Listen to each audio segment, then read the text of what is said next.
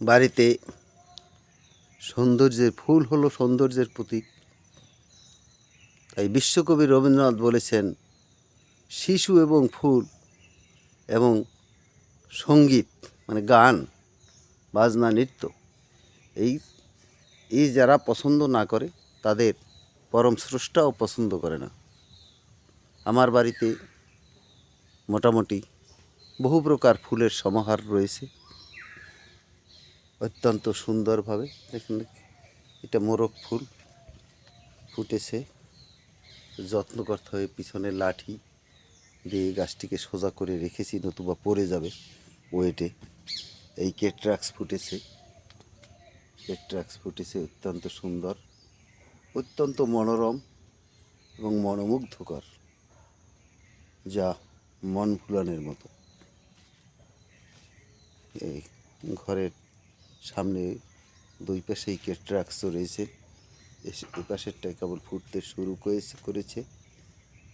এই সাথে রয়েছে একটি বিদেশি আফ্রিকান ফুলের গাছ। এটা ওই ফুল ফুটেছে, দেখেন এই যে ফুল ফুটেছে, অত্যন্ত সুমধুর। ফুলের কোয়ালিটিটা দেখেন, বিদেশি ফুল, অত্যন্ত মনোমুগ্ধকর, যা বলে শেষ করা যায় না। এত সুন্দর, ঝুমকার মতো।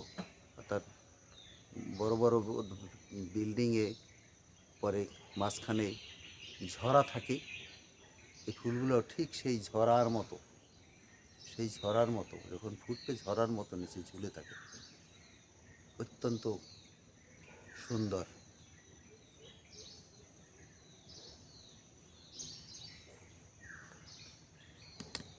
এর পত্রের মাথা থেকে গাছের জন্ম হয়।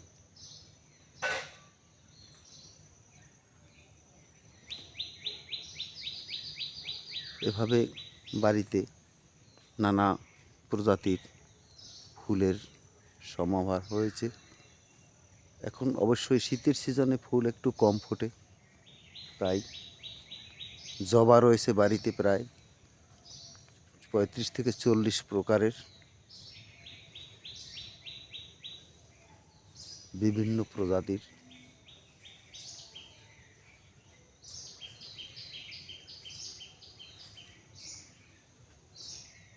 বাড়ির দরজা থেকে বের হয়ে বাড়ির দরজা, বাবা মায়ের সমাধি স্থল, এভাবেই চলে তিনি বৈচিত্র্যময় দৃশ্য। তুলসী গাছ রয়েছে 2 প্রকার, রাধা তুলসী আর এই হলো কৃষ্ণ তুলসী। এই যে কৃষ্ণ তুলসী, কৃষ্ণ বর্ণের। এই আর একবার রয়েছে বাবু তুলসী। এই আর মাঝে রয়েছে গাঁদা ফুলের চাষ, বেড়া দিয়ে রেখেছে, নিয়ে যায় না বলে ছিঁড়ে নিয়ে যায়। তাই এই হলো চন্দ্রমল্লিকা হলুদটা। নমস্কার, বিদায় নিচ্ছি। এলো সবজি ক্ষেত। ভালো থাকবেন সকলে।